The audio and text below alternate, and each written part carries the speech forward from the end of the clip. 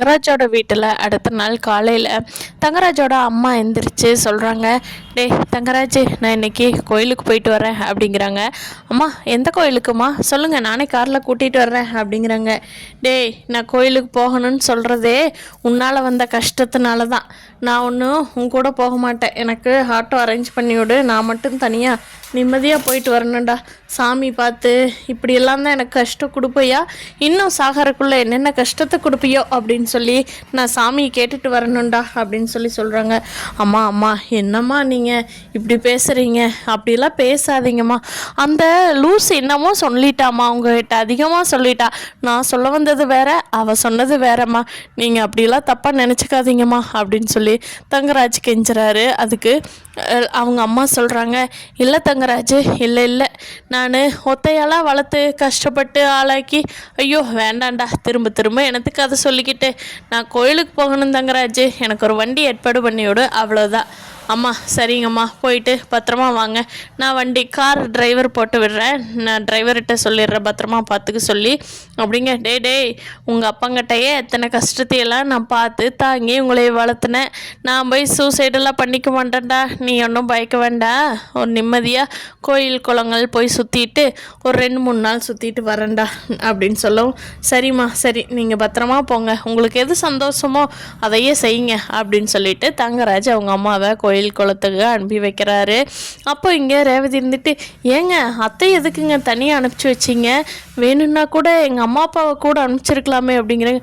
அடியே எல்லாம் உன்னால தாண்டி வந்தவன, நீ பண்ணுன்னு தாண்டி எங்கள் அம்மா இப்போ எவ்வளோ விரக்தியாக போகிறாங்க பார்த்தியா, உன்னால தாண்டி. இதில் உங்கள் அம்மா அப்பா வேற கூட அனுப்புவாங்களா, நீ பண்ணுறது இருக்கியே, உன்னால தான் இவ்வளோ கஷ்டம் எனக்கு. சை, உன்னைய போய் கல்யாணம் பண்ணு நம்பாரு, பண்ணிக்கிட்டு வந்தது இல்லாமல் உன் தம்பிக்கு வேலை வாங்கி கொடுக்க, உங்கள் வீட்டில் ஒரு பஞ்சாயத்துனா நான் வரேன், இதுக்கு மட்டும் நான் வேணும், பாக்கி எதுக்கும் என்னை நினச்சி கூட பார்க்க மாட்டேன் ஏண்டி அப்படிங்கிறாங்க. ஏங்க நீங்கள் சுரேஷுக்கு நானும் உங்ககிட்ட வேலை வாங்கி கொடுக்க சொன்னேன் அப்படின்னு சொல்லி ரேவதி கேட்குறாங்க. ஆமாண்டி ஆமாம், நீ சொல்லலை, நானாக தான் வாங்கி கொடுத்தேன், போதுமா, மச்ச அம்மாவில் இருந்த பாசத்தில், போதுமா போ, இதையும் போய் அப்படியே சுரேஷ்கிட்ட சொல்லி வை, உங்கள் மச்சான் இப்படித்தான் பேசினாருடா அப்படின்னு சொல்லி, அதுக்கு தான் இருக்க, நீ தான் நேர்மையின் சிகரமாச்சே அப்படின்னு சொல்லி தங்கராஜ் ரேவதியை சொல்லிகிட்டு இருக்காரு.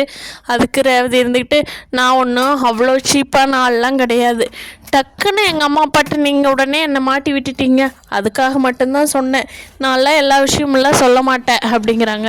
ஏன் சொல்லித்தான் பாரு, அவர் எப்படி நீ இந்த வீட்டில் இருக்கேன்னு நான் பார்க்குறேன் அப்படிங்கிறாங்க. தங்கராஜ் கிட்ட எதையும் பேசக்கூடாது, நம்ம பேசாமல் வீட்டுக்குள்ளே போயிடலாம் அப்படின்னு சொல்லிட்டு ரேவதி வீட்டுக்குள்ளே போயிடுறாங்க. அப்போது தங்கராஜுக்கு ஒரு ஃபோன் வந்துடுது. அதனால் ரேவதி போனதை அவர் கவனிக்கவே இல்லை. ஃபோன் பேசிட்டு அப்படியே வெளியில் கிளம்பி போயிடுறாரு. ஃபோன் பேசுகிற ஞாபகத்துலேயே எப்பவும் போலேயே, ரேவதி நான் வெளியே போயிட்டு வரேன், சாயந்தரம் ஆகும் அப்படின்னு சொல்லிட்டு ஃபோன் பேசுகிற ஞாபகத்துலேயே சொல்லிட்டு போயிடுறாரு.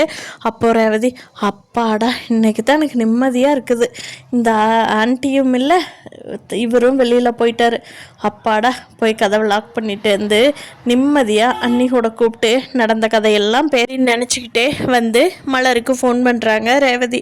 அப்போது மலர் இருந்துக்கிட்டு, என்ன ரேவதி என்ன பண்ணிகிட்ருக்க அப்படிங்கிறாங்க. அண்ணி என்ன நீ, நம்மளுக்கு என்ன எப்போவும் போல் வீட்டு வேலை தான் அண்ணி, நீங்கள் என்ன பண்ணுறீங்க அப்படிங்க. இதோ எல்லோரும் இப்போ தான் கிளம்புனாங்க, நான் எல்லாத்துக்கும் பேக் பண்ணி கொடுத்துட்டு உங்கள் அம்மா அப்பாவுக்கு லஞ்ச் ரெடி பண்ணுறேம்மா, உங்கள் அம்மா அப்பாவுக்கு தான் சூடாக வேணுமே, பழசெல்லாம் சாப்பிட மாட்டாங்களே, இல்லைன்னா கூட நான் காலையிலேயே வேலை முடிச்சுட்டு இந்நேரத்துக்கு ஃப்ரீயாக இருந்திருப்பேன், என்ன பண்ணுறது அப்படிங்கிறாங்க. மாமனார் மாமியார் அப்படி அப்படிங்கிறாங்க. அப்போ ரேவதி சொல்கிறாங்க, அண்ணி நான் ஒரு கதை சொல்லட்டுமா, என் மாமியார் என் வீட்டுக்காரர் எப்படின்னு உங்களுக்கு அப்படிங்கிறாங்க. என்ன ரேவதி சொல்கிறா, அவங்கள பற்றி தான் எனக்கு தெரியுமே அப்படிங்கிறாங்க. இல்லை நீ நேற்று ஒரு சம்பவம் நடந்துருச்சு, அதை உங்களுக்கு சொல்லலான்ட்டு தான் ரொம்ப ஆர்வமாக ஃபோன் பண்ணினேன் அப்படிங்கிறாங்க. என்னாச்சு ரேவதி அப்படின்னு சொல்லி மலர் காது கொடுத்து கேட்டுட்ருக்காங்க.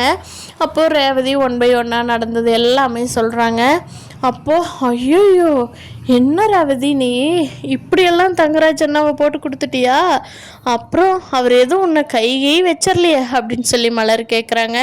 அதெல்லாம் வைப்பாரா நீ, வச்சாருன்னா அடுத்து நான் அண்ணனுக்கு தான் ஃபோன் பண்ணுவேன், அண்ணன் வந்து கூட்டிகிட்டு போயிருந்தேன் அப்படின்னு தான் சொல்லலான் இருந்தேன், நல்ல வேலை அவரே எதுவும் பெருசாக ஒன்றும் பண்ணல நீ அப்படிங்கும். சரி ரேவதி, இனிமேல் எதுவும் சொல்கிறதா இருந்தாலும் யோசிச்சு பண்ணு, இந்த ஒரு தடவை ஏதோ பரவாயில்ல அப்படின்னு சொல்லி மலர் வந்து தன்னால் முடிஞ்ச நல்ல ஐடியாவை ரேவதிக்கு சொல்லிகிட்டு இருக்காங்க. சரி நீ மதி என்ன பண்ணுறா அப்படின்னு சொல்லி கேட்குறாங்க. மதியா கொஞ்சம் அப்செட்லேயே தான் இருக்கா ரேவதி.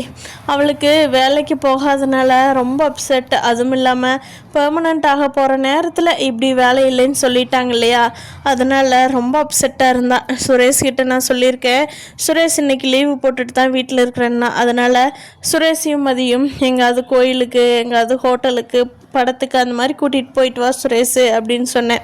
சுரேஷுக்கு எங்கேயோ காலில் அடிச்சிருச்சுன்னு கட்டு போட்டுட்டு தான் வீட்டுக்கு வந்தா ரெஸ்ட் எடுக்கிறேன்னு.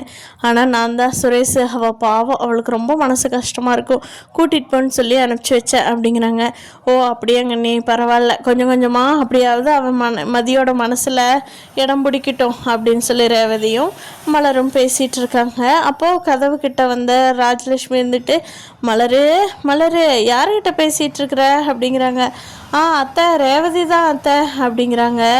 ரேவதியா பெத்த தாய்க்கெல்லாம் ஃபோன் பண்ணுறதில்ல, அண்ணி மட்டும் ரொம்ப காப்பாற்றுறாளாவ அப்படின்னு சொல்லி பேசுறது அங்கே ரேவதிக்கு அப்படியே கேட்குது. என்ன நீ அம்மா இன்னும் என் மேலே கோவமாக தான் இருக்காங்களா அப்படிங்கிறாங்க.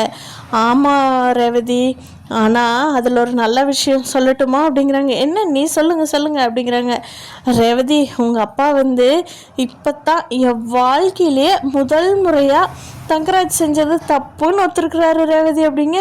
என்ன நீ சொல்கிறீங்க, மாப்பிள்ளைன்னா தலகலாக குதிப்பாங்களே உண்மையா அப்படிங்கிறாங்க ரேவதி. சத்தியமாக ரேவதி இதுதான் நடந்ததுன்னு சொல்லி நடந்த விஷயத்தை சொல்லவும், பாரா இங்கே ஒரு நல்ல விஷயம் அங்கே ஒரு நல்ல விஷயம், பரவாயில்லையா நீ அப்படின்னு சொல்லி ரெண்டு பேரும் பேசி சிரிச்சுக்கிட்டு சந்தோஷமாக இருக்காங்க. சுரேஷ் வந்து மதிய கோயிலுக்கு கூட்டிகிட்டு போகிறாரு. ஃபஸ்ட்டு ஏமதி நீ எந்த கோயிலுக்கு போவ அடிக்கடி அப்படிங்கிறாங்க. எங்கள் வீட்டுக்கு பக்கத்தில் ஒரு முருகல் கோவில் இருக்கும், அங்கே தான் நான் எப்போவுமே போவேன், திங்கள் வெள்ளி போவேன், அங்கே போயிட்டு தான் காலேஜ் போவேன் அப்படின்னு சொல்கிறாங்க. சரிவா அங்கேயே போகலாம் அப்படிங்கிறாங்க. அங்கே போயிட்டு ஏமதி உங்கள் வீட்டுக்கு போகலாமா அப்படிங்கிறாங்க. பரவாயில்லையே இன்றைக்கி உங்களுக்கு ஃப்ரீ தானா, எங்கள் வீட்டுக்கெல்லாம் வருவீங்களா அப்படிங்கிறாங்க. ஏன் நான் உங்கள் வீட்டுக்கு வரமாட்டேனா அப்படிங்கிறாங்க. இல்லை கல்யாணத்துக்கு முன்னாடி எத்தனையோ தடவை வந்திருக்கீங்க, ஆனால் அப்போல்லாம் என்ன மிரட்டுறக்காக வந்தீங்க, இப்போ எங்கள் வீட்டுக்கு வருவீங்களா, விருந்துக்கு கூட அத்தனை சமாதானம் பண்ணி தானே வந்தீங்க அப்படிங்கிறாங்க. அது அப்போது இப்போ போலவா அப்படின்னு சொல்லி கூட்டிகிட்டு போகிறாங்க சுரேஷ். அதை பார்த்துட்டு மதியோட அம்மா அப்பாவுக்கு வாங்க மாப்பிள்ள வாங்க வாங்க வா மதி அப்படின்னு சொல்கிறாங்க. வீட்டுக்கு போனது என்ன மதி இன்னைக்கு காலேஜ் லீவா அப்படிங்கிறாங்க. அவங்களுக்கு தகவல் சொல்லவே இல்லை மதி. எப்படியாவது இது என்ன ஏதுன்னு பார்த்துக்கிட்டு தான் அம்மா அப்பாட்ட சொல்லணும், இல்லைன்னா கஷ்டப்படுவாங்க அப்படின்னு சொல்லி. அப்போது சுரேஷ் சொல்கிறாருங்க, மதிக்கு வந்து வேலை போயிடுச்சு, ரொம்ப கஷ்டமாக இருந்தால் மனசுக்கு, அதனால தான் உங்களை பார்க்கலான்ட்டு கூட்டிகிட்டு வந்தேன் அப்படின்னு சொல்லி சுரேஷ் சொல்கிறாங்க. அதுக்கு மதி எதுவுமே பேசாமல் அமைதியாக நின்றுட்டுருக்காங்க. மதியோட அப்பா அம்மாவும் என்ன மதி சொல்கிற, என்னாச்சு பெர்மனண்ட் ஆயிரும்னு சொன்னியே ஏன் இப்படி ஆச்சு அப்படிங்கிறாங்க. தெரியலம்மா என்ன ரீசன் சொல்லி காலேஜில் எனக்கு க்ளோஸ் சர்க்கிள் இருக்கிறவங்ககிட்ட கேட்க சொல்லியிருக்கிறேன், என்னென்னு விசாரித்து சொல்லுவாங்க ஏன் மேனேஜ்மெண்ட் இப்படி எடுத்ததுன்னு. ஆனால் எனக்கு ரொம்ப கஷ்டமாக இருந்தது, அதனால தான் அப்படின்னு சொல்லிட்டு மதி சொல்லிகிட்டு இருக்காங்க. அப்போ சுரேஷ் இருந்துட்டு ரொம்ப மனசு வருத்தப்பட்டுட்டே இருக்கா, அதனால தான் அப்படியே கோயிலுக்கு உங்கள் வீட்டுக்கெல்லாம் கூட்டிகிட்டு வரலான்னு வந்தேன், இன்றைக்கி நான் ஃப்ரீயாக தான் வீட்டில் இருக்கேன் அப்படின்னு சொல்லி சுரேஷ் சொல்கிறாங்க. சரிங்க மாப்பிள்ள வாங்க சாப்பிட்லாம், ரெண்டு பேரும் இன்னும் சாப்பிட்ருக்க மாட்டீங்க தானே அப்படின்னு சொல்லிட்டு சாப்பிட வச்சுட்டு மதி கூட அப்புறமா பேசிக்கலாம்னு சொல்லிட்டு மாப்பிள்ள அவளுக்கு வேலை மட்டும் என்னென்னு பார்த்து நீங்கள் பாருங்கள் மாப்பிள்ள அப்படின்னு சொல்லி அனுப்பி வச்சுட்டு அவங்க அம்மா அப்பா பேசிக்கிறாங்க. ரெண்டு பேர்த்துக்கும் ஜோடி பொருத்தம்லாம் நல்லாயிருக்கு, மனப்பொருத்தம் மட்டும் கரெக்டாக அமைஞ்சதுன்னா சரி அப்படின்னு சொல்லி அவங்கள அனுப்பி வச்சுட்டு பின்னாடி இருந்து பார்த்துட்டே இருக்காங்க. வீடியோ பற்றி நீங்கள் என்ன நினைக்கிறீங்கன்னு கீழே கமெண்ட்